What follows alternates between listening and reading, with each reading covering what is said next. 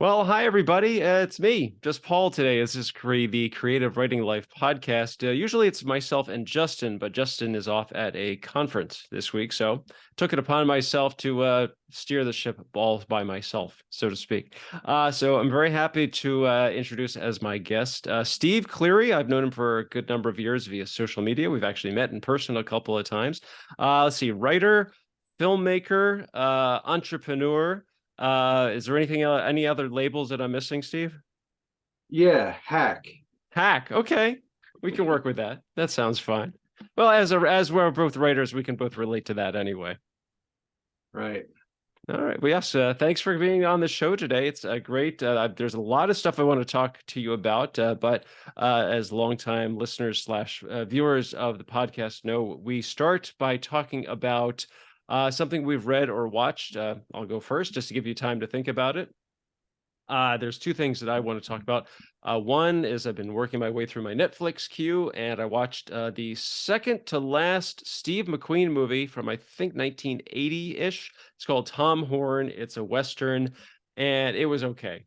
It's the story kind of jumps around a bit. I'm not going to try to go into detail, but it was interesting to watch, especially seeing Steve McQueen with long hair, because I'm so used to seeing him with short hair and a lot of the stuff from the 50s and 60s, but this was the late 70s, early 80s, just totally different, and it was okay. And the other thing I've been watching is on HBO Max, the Perry Mason series. Wow, I love it because it's noir, it's Los Angeles, it's that time frame, and just really great acting and great stories and great characters. Just overall, I'm just loving it. And they just started the second season, so I've already started working my way through that. So just having a blast with that. So yeah, highly recommend Perry Mason on HBO Max. Nothing like the Raymond Burr TV show. So in case anybody was wondering, Steve, what about you? What have you been reading and or watching lately? Oh man, that's such a tough question for me because I am so focused on just creating that Mhm. I barely want to tune out and immerse myself into something. And a lot of that has to do with just, the stress of getting by every day. Mhm. It's Sure. like, well, I can't tune out when I need to be working on something.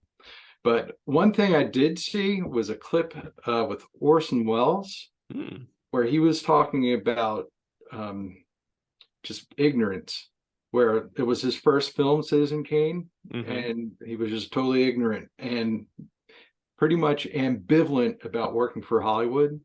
And so he went in there not caring what was possible to do with a camera. And I'm not any like big cinematographer auteur or anything, Hmm. but I just thought that was really cool. And it's kind of like what I'm doing as an outsider artist slash hack, if you will.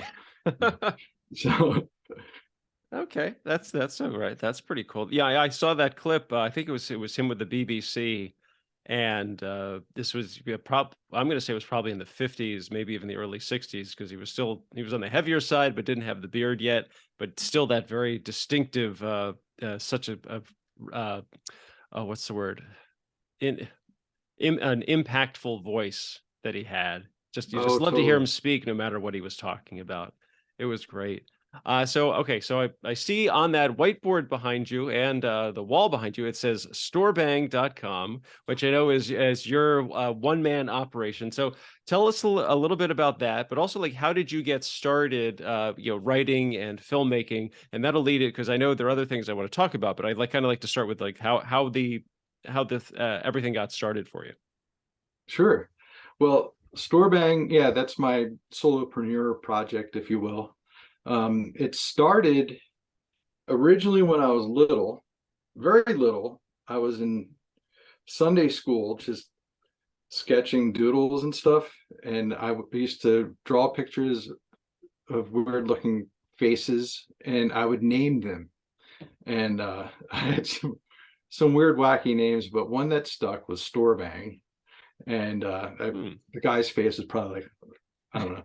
But so that stuck with me. And when, Yahoo email came around back in the 90s, I Hmm. was like, what's your they were like, "What's your email handle?" I'm like, "All right, well, what's anonymous, unique?"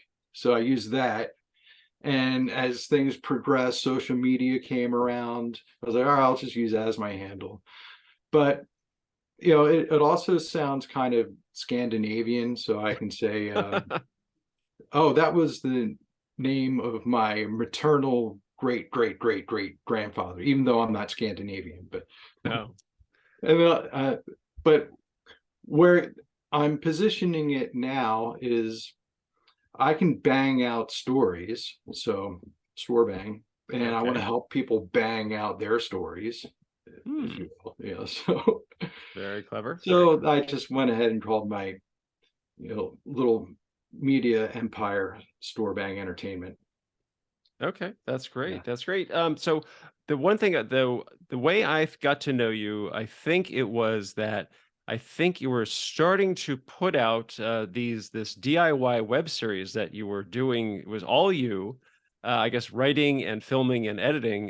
Your what do you call it? Espionage, thriller, adventure type story of Man Heat, which it was coming like it was almost coming rapid fire in what like 30-second increments, but like on a weekly basis for quite a long time. And it was just so much fun to watch. So what was this like? What was the impetus behind that? And like because it was just you, really. I mean, there were a couple of other actors every once in a while in it, but it was really just you like playing all the parts and just and doing all of the behind the scenes work as well. So like what how did that get started and what was the operation like? Well, you remember when Vine was around years Yeah. and years ago? So I had the idea, like, all right, well, I love action television from the 70s and 80s, and there would be all these tropes and cliches. And I was like, why don't I put together a collection of some of these cliches and tropes? Like, I'm a man who gets what he wants, like Of the course. bad guy, or he touches the girl's cheek, Hmm. and I collect things, I just the old Stephen J. Cannell type of Sure, sure. TV shows. So, the A Team, Riptide, Oh Hunter, wow. TJ Hooker, all of those shows, they had the same bad guys in them, like recurring, not as recurring characters, but the The same same stock actors. of bad guy character actors. Like the one guy Yeah. with the pox on his face, who's all skinny, and the other guy with the wavy blonde hair, kind of like the poor man's Rutger Hauer. I forget what his name is, Oh but wow. he was in them all. He's Buck Rogers, $6 Million Man. So Sure, I'm sure. actually dating myself. I always thought I thought I was an 80s kid, but I'm more of a 70s kid. I was Hmm. born in 1972. So when I was like 7 or 8, seeing these cool sci-fi and action shows, that was a lot of fun. Cool. But I call the main character in Manheat a troubleshooter, a top secret government troubleshooter, and basically that's MacGyver, but it's Okay. also MacGruber, and it's Tim Heidecker's Decker. So it's not really anything original, but Hmm. the main character's name is Jack, because all those movies, their names were John or Jack or Max, or but John was the big one. Right. So so I wanted to put together just a collection of those vines, of those tropes and cliches, just 3 or 4 second one-liners, and people have done it before, but they're in their bedrooms, like, oh, rattling off all the cliches. So I'm going to add a little bit of a cinematic element to it, like just try to dress it up with a little bit of costumes and scenery. Hmm. And then Vine went away. I was like, oh, so I put it on the shelf for a couple of years. And then when Instagram introduced video, I was like, oh, here's something I could do, Hmm. or here's the platform I can do that on. So I got started with that, and I was pretty prolific. That was started in the fall Hmm. of 19. And yeah, I was just rattling off the cliches and one-liners. But as I kind of got to know how to edit video, and wanted to add establishing shots, and then I added my logo, and I called it, something that a lot of people just don't get. most people think it's some homoerotic name, man heat. Like, oh, is this hot guy on guy action? I'm like, no, darn it, this is a hyper masculine, testosterone fueled action adventure show, man heat. So I went with man heat because it's like, remember red heat or blue steel, or what's that? That's Ben Stiller. But there was always something heat. Heat was a Sure. big um, part of a name in a 80s action flick. So that's Like kind of what I was intense going for. adjectives. Yeah. So it kind of snowballed where it's like, oh, you know what? I could do more than one character as long as I do a little L cut, Hmm. um, or J cut or whatever to kind of overlap. Um, and what I really wanted to do was invite other collaborators and get them into the show. But what I'd really like to do is see, screenwriters that want to get their material produced, just make their own web series. If they can do something that they can shoot 30 seconds to a minute and kind of put a storyline together with it. Like what I did with mine was like everything was just one-offs. And then I was like, all right, someone complained that I don't understand what the sequence is here. There's no coherent storyline. So I was like, all right, well, how do I piece this together? So I Okay. kind of, cobbled it together into a loose storyline. But originally, these were supposed to be just like, I wanted it to be looking like a clip that came from an actual movie. Like, oh, Hmm. it's just a clip. Oh, I wonder what the whole movie was like. But there is no whole movie. It's just the clip. Right. That's why So, I like so to do trailers too.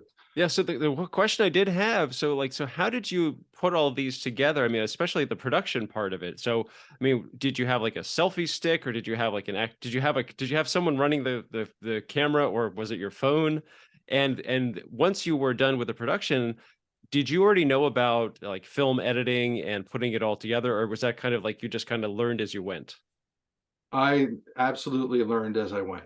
So, like Hmm. the first one I ever did was a 11-second clip, and I do it all by myself. I Okay. very, very few of my episodes have been shot with a person operating the camera, but so it's all, this old iPhone SE, which Hmm. is 6 or 7 years old, and the battery runs out in 5 minutes, so I don't use that anymore. I use my Canon Vixia um, Oh, wow. HFR 500. It's it's the best I can do. My friend donated it to me, my friend from San Francisco. Hmm. So he kind of wants it back. So, but um, Eventually. so editing, yeah, you know, I had this old computer. It's running Windows 7, Oh, and wow. it was running out of memory, and so I couldn't afford Adobe Premiere or Final Cut. So I was Mhm. like, what's I just Googled free online video editor, and I found this one called Clipchamp, and I've done 90% of my videos on that. I do Adobe Premiere Pro now, but Clipchamp, it's free. It's in the cloud. It's it lags a little, but I think that's just a hardware issue. Mhm. Um, it worked for what I needed it for. So, Was it pretty simple to get the hang of it, and then were you able to just really just work steadily on editing all of your material? oh yeah. So, the editing, the skills that, I use that term loosely, but the the skills I acquired in editing Hmm. all came from by virtue of a requirement that I had for my creative vision. So I was like, all right, well, I do want a little slow zoom on the subject's face, to Hmm. kind of drive home this poignant part about whatever. Um, I'm not going to use an example line, but I will use an example line. Sure. I had a character go, You only ever accidentally shit your pants when you're borrowing someone else's drawers. And I just wanted to be so profound, it's so stupid and pedestrian. Mm-hmm. It's my humor. I do it for myself, but I get a kick out of it. Anyway, so transitions and went into color correction and stuff like Wow. that. So, and there's basic color correction in Clipchamp.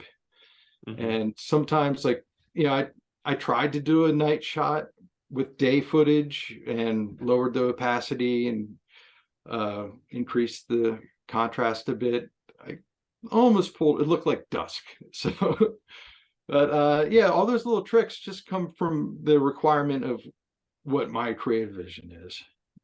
So when you started doing the videos, you really didn't have any filmmaking experience. It was just kind of like I'm just learning as I go, and then you were able to apply that as well to the editing. Yes, I would say so. My filmmaking experience goes back to when I was around 11 or 12. I had a Hmm. Super 8, and it had this remote cord or remote little trigger button, Okay. so I could do stop motion animation. I had clay. I molded a piece of clay into a figure and got like 15 or 16 frames in, and then the camera fell over and the Oh jack, no. it snapped at the jack. I was like, so I put that away for several years. Of course. But to go back to your original question about how I got involved in writing, I was thinking about this the other day. I wrote my first screenplay 30 years ago, Mm. or and I looked at it a couple years ago. I read like the first paragraph. I was like, no way. I had put it back in the box. It was horrible. But uh, you know, an expert screenwriter would look at my stuff now and say, "Oh man, this is horrible."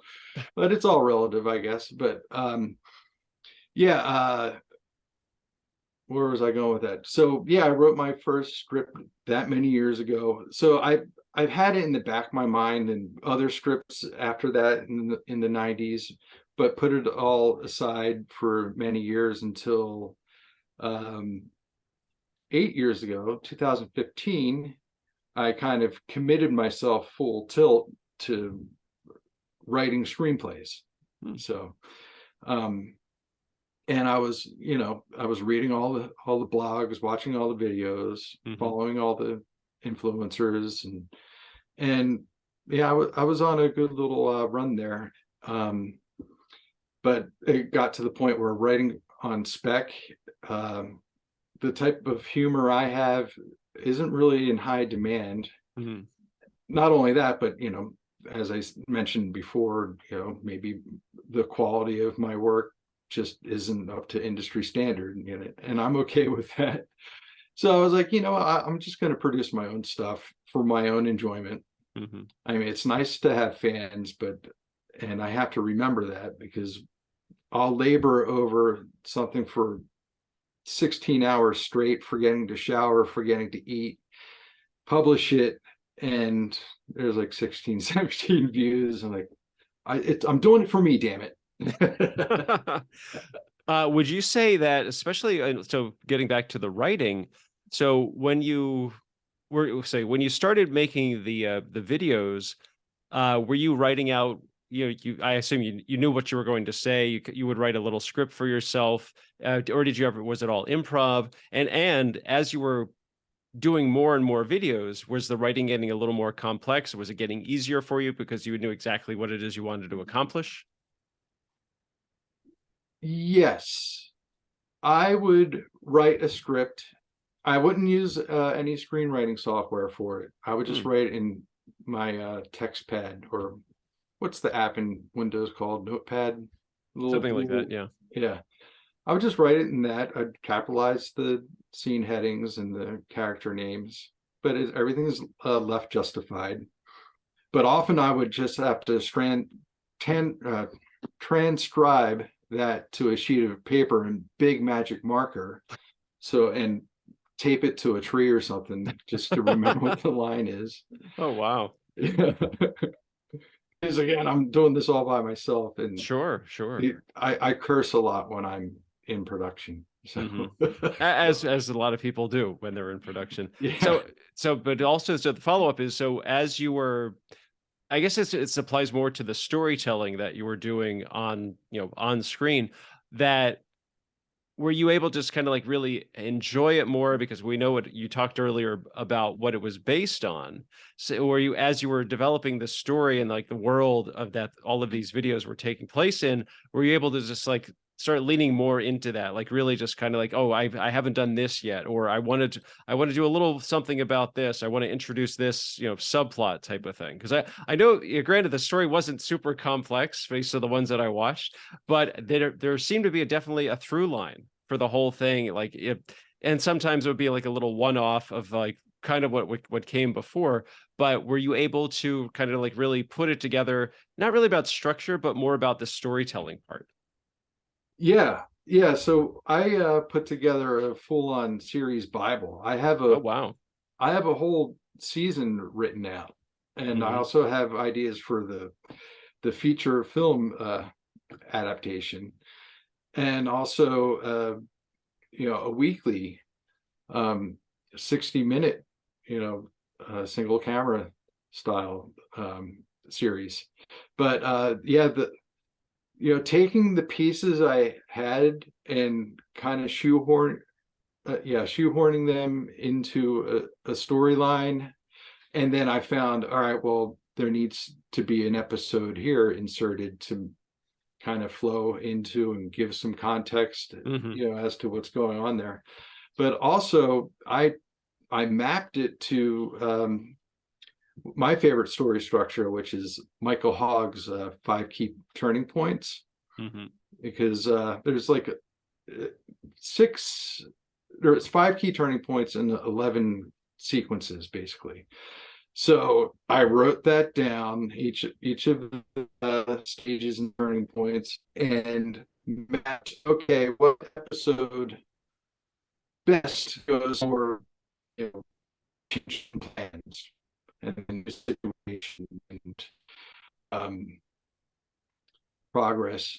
Oh, sorry, I had an unstable connection. I'm just rattling off the beats in random order. But Okay. so just mapping the best episode for that, and then trying to use all the episodes I have because I didn't want to have to shoot any more footage. Like, Sure.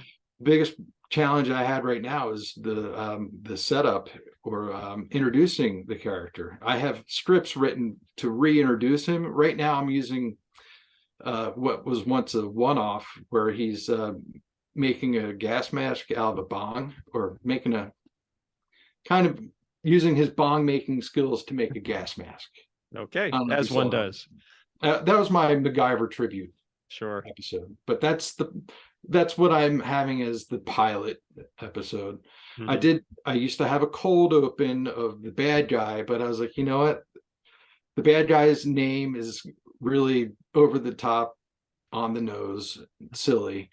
And I don't want to set the viewers' expectations with this episode. Plus, it wasn't really gaining any traction. So Okay. I moved that to later on in the season.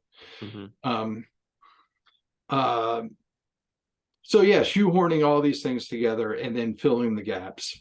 So, and I have scripts written, I have fight scenes and chase scenes and explosions, but I have to figure out how I can do that with my resources as one man. But but now my green screen skills have improved immensely. Like, if Hmm. you'll see my early attempts at green screen, and it's just horrible. I just had to redo one. I posted one with obviously green screen behind me. You can barely see the background. Hmm. I just thought it was I thought it was yeah, I thought it was pretty funny. But I had to redo it. I was like, no, I'm better at this, damn it. And but now that I have a little more skill in, post production, I could I think I could, you know, try to figure out how to do a car chase, Hmm. uh, um, a jet fighter, Oh, wow. and even some explosions. I really want to do the walk away from an explosion. I just have to figure out how to get a, a long shot of me, with enough green. Of course, of So, course. So, that leads to the other topic that I wanted to talk about. So, I know this is a newer project for you. It's the screenwriting dashboard. So, could you tell us a little bit about that and what it's all about and how people can find out more about it? oh, sure.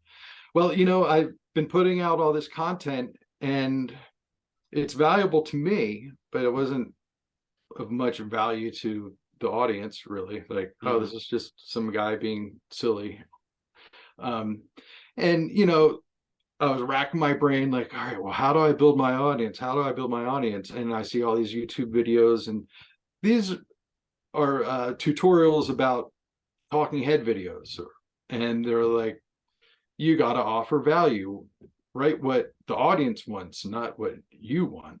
You got to put value out there, and then they'll engage with you and all that. I'm like, okay, yeah, that's fine. If I had a YouTube channel about offering help in a specific area, uh, but I'm interested in making movies on no budget Hmm. and with limited resources, all by myself, uh, no real fancy equipment.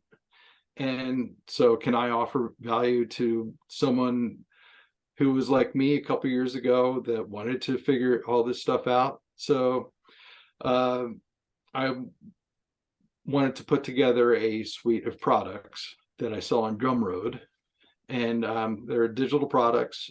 So, Screenwriting Dashboard is my latest one, and I'm just putting out all the tools that I've ever used for writing screenplays and making web series. And I use a lot of Google Sheets. So I had a Google Sheet that I used for the 6 or 7 feature scripts I wrote, going from 2015 to 2019. And at one point, I was able to write a script in a matter of a month, a Wow. first draft, because I put all the story beats, Michael Hogg's 5 key turning points, Save the Cat, uh, the hero's journey, and I try to map them all to each other. Hmm. And that way, it's an exercise where I write in all these beats, it copies it autofills the same mapped beats in the other ones, and then I have to add like opening image for Save the Cat, for example. Hmm. But I also have Vladimir Prop's narratines, which is going into fairy tales, Hmm. and that involves like when the hero returns to the village, no one recognizes him. That's a kind of a beat, and then the villain says, "Oh no, he was the bad guy," and so then the hero has to prove he's not he's the hero he said he wasn't. Those are all paraphrased beats in the Vladimir prop. So I have all those things plus uh, a worksheet of over 150, I forget the exact count, just storytelling elements and archetypes, Hmm. things that happen, little leitmotifs or whatever. Um, these are just little things I could add to, like branding. When does the hero get disfigured somehow in the final battle? Are you adding that to your script? Oh, should I add it to my script? So they're all like take it or leave it elements, but as an exercise going through each of these little things, I'm like, ooh, you know what? It would be cool if the bad guy had an artificial hand with a bear claw on it and sliced Bruce Lee's face. And I was like, oh, that's what that was. But there's also things like arrival symbolism. Like often a hero starts with their arrival coming in from another place, like Mary Poppins flying in on an umbrella. You Hmm. know, those are just a couple examples of the several hundred. that I have in this thing as a Wow. worksheet. And it takes me hours and hours and hours to fill it in. But as I'm doing it, I'm like, okay, yes, this solves a problem in what I'm trying to come up with in this, third act beat or whatever. Hmm. And so it's all gets put in my subconscious. And it's, as a writer, it's like, well, the film is already there. I'm just reverse engineering it and putting it on paper, right? So Wow, that's really cool. So is this like something that you would suggest to writers that if they're just starting on their story, so that way they can start filling in all the blanks and then it's kind of like puts it all together? Is that's what it sounds like to me.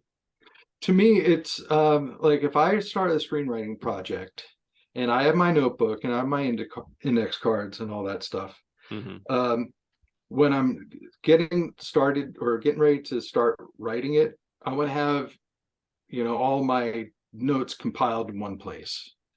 And so I make a copy of the Google Sheet. I put the title in, I fill in all the story beats, Hmm. and I fine tune it. I do the character exercises. And when I say character exercises, it's that was my least favorite part of, like, okay, well, what's your heroes or your character's emotional journey, or what do they want? What's their favorite color? I don't do any of that stuff. I mean, well, sometimes I do on paper. I'll just sit there and brainstorm and jot it down.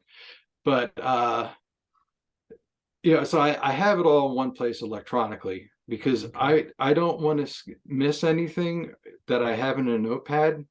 If I have it written down as a line item, no matter how insignificant it might be, I can copy and paste it into my staging document that I plop into my screenwriting software.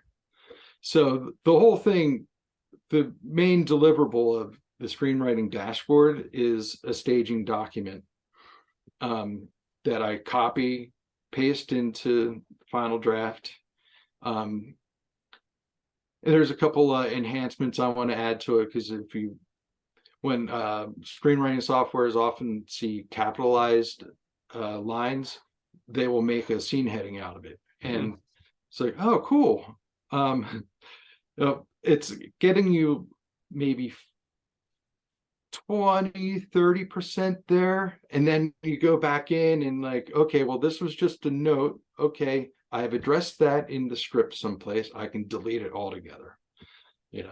And then the next part of it is, I can track all the lines of dialogue I want to put in there. Like, say I'm out on a walk, and oh, it would be funny if someone said, you know you only ever accidentally, never mind, but a line like that. And, Right. like, okay, I don't know who's going to say it, but I need to have that line in there. So I have my dialogue tab, and I also have my lexicon tab, where I wrote a script that was about these guys that discovered a cache of old screenplays that were never produced, but they were written in the 40s and 50s. So Hmm. I wanted to capture some of the idioms and expressions from that era to put into the script. And I had my full-on lexicon that I could draw from. So and then finally there's just a basic to-do list. Like, Hmm. you know what, I really need to work on this one character's subplot, or how they what they're dealing with, and I write that as a project. It's going to be a project, but I have it as a line item. It's there. I know it's there. I can set its priority. Like, yeah, this is a top thing, because other things can't happen until I figure this out. So it's basically project management. Screenwriting is a project. So Yeah, it sounds great and it sounds very helpful. I mean, I think any writer who is any writer is going to have some struggles as they try to put their story together, and having a tool like this, it just sounds like it'd be very helpful, at least get you further along than may you would have been just working on your own. That's what it sounds like. oh, cool. And let me say 100%. Sorry, I'm a podcast version. And they would say 100%. Anyway, yeah, screenwriters have their methods, and and they work for them. And so I'm not trying to, you know, teach people how to write screenplays. I just have a framework there that any screenwriter could use if they want, take it or leave it. Maybe I missed some things, Hmm. or but maybe a new screenwriter could see it and be like, okay, this is how I do this step by step. All right, well, I'm just going to go through these exercises, commit 40 hours to it because it's much it's going to take it. But, so very, I'm very familiar with it. I'm able to see the tabs. I know how they work, and but I send it to you, and you're like, whoa, this is a lot up front. And I was like, that's great feedback. I Yeah. want to have a good, clean starting page so people can just kind of ease into it. Maybe let them know, all right, look, um, this is a project and it's going to take some commitment, but you could, simply get through it. Hmm. It's not going to be easy, but I'm making it simple for you to kind of go step by step in writing your screenplay. Oh, that's So fantastic. I'm looking for feedback. So, Oh, okay. Well, yeah. So now the big question is, so how can people find out about it? I mean, do they just contact you and say, "Hey, I want to know more about this screenwriting dashboard"? Do you send it to them? Is there a fee? I mean, these are things people want to know. well, I am open to email, steve@stevecleary.com. It's all over my products in Gumroad, storbang.gumroad.com. Okay. Or just storebang.com will direct people to my tools for writing screenplays and making web series, and it also has a link to the web series itself. Hmm. But yeah, I'm open to people contacting me, and I do offer the 75% discount to your viewers for the screenwriting dashboard with code STRWRITE, STR Right. And for the I'm also doing a web series course where, and this is more for maybe intermediate experienced screenwriters that are considering producing their own material. Hmm. And if they were like me a couple years ago, hadn't done a web series yet, there's a lot of resources out there, but my method or my experience in doing it, I'd like to offer, and if that's helpful at all, I have a course on my Gumroad as well, and for that I offer a 75% discount. STRSHOOT, basically Wow. Storbang shoot. My goodness, you've got so many codes and so many offers to offer people. I think and you said that all of the all the episodes of Manheat are also on. Are they on storebang.com? There's a link to the Okay. YouTube channel, but also links to my social media. My three main platforms are Instagram, YouTube, and Facebook Hmm. for the series. Hmm. Um, I think Facebook has all the episodes, even the short ones from 4 years ago, Okay. the short clips, and I've compiled them into a 3 or 4 minute video on YouTube. It's down the videos list. But That's awesome. That is great. Steve, this has been such fascinating stuff. I mean, I already knew a little bit about you, but it was great to get a much more expansive look into how everything you've been involved with, like how you put it all together and what you've been working on. And this, I got to say, screenwriting dashboard sounds great. It sounds like a fantastic tool. And there are, as he mentioned, discounts and codes and all that kind of thing. But the best way to find out information, so is it steve@stevecleary.com, the primary email for people to get in sure, touch? yeah, Okay, that sounds great. And you said it was Instagram, YouTube, and Facebook. Is it just Storebang on all of those different platforms? correct. Well, Instagram is storebang.entmt. Okay. Facebook is Storebang fan page. Hmm. But storebang.com has links to everything. Cool. And I also have, free tools on my Gumroad to just link to for free. Like the screenplay page tracker or screenplay page count tracker. I also Mhm. have a movie idea tracker where I list all my movies and run them through the different beat sheets, see if they have Mhm. legs. So they're available for free on my Gumroad. And Fantastic. again, that's linked to from storbang.com. Excellent. Well, that is the address, the URL for people to go to, storebang.com. Steve, thank you so much. This has been a great interview. I'm so glad we got the chance to sit down and talk like this. I really appreciate that, Paul. Thank you for the opportunity. Oh, It's my pleasure. this is the most I've spoken in weeks. I live in the wilderness and I don't get out much. So thanks for the opportunity. Well, thank goodness for modern technology. My pleasure. It was great. So it's Steve at stevecleary.com, storebang.com. You can get all the information there. Normally, Justin would say that you can check out his Amazon page. You go do that. You can also check out my stuff on Amazon, my 3 screenwriting books, Go Ahead and Ask series. Also, check out my screenwriting blog, maximumz.blog. I'm also on Twitter at maximum_z. And I don't use it as much, but I do have an Instagram account at Pez Screenwriting, PEZ. Yes, those are my initials, just like the candy. Anyway, so he's Steve. I'm Paul. This has been the Creative Writing Life podcast. Thanks for listening. Stay safe, stay healthy, and most importantly, go write something.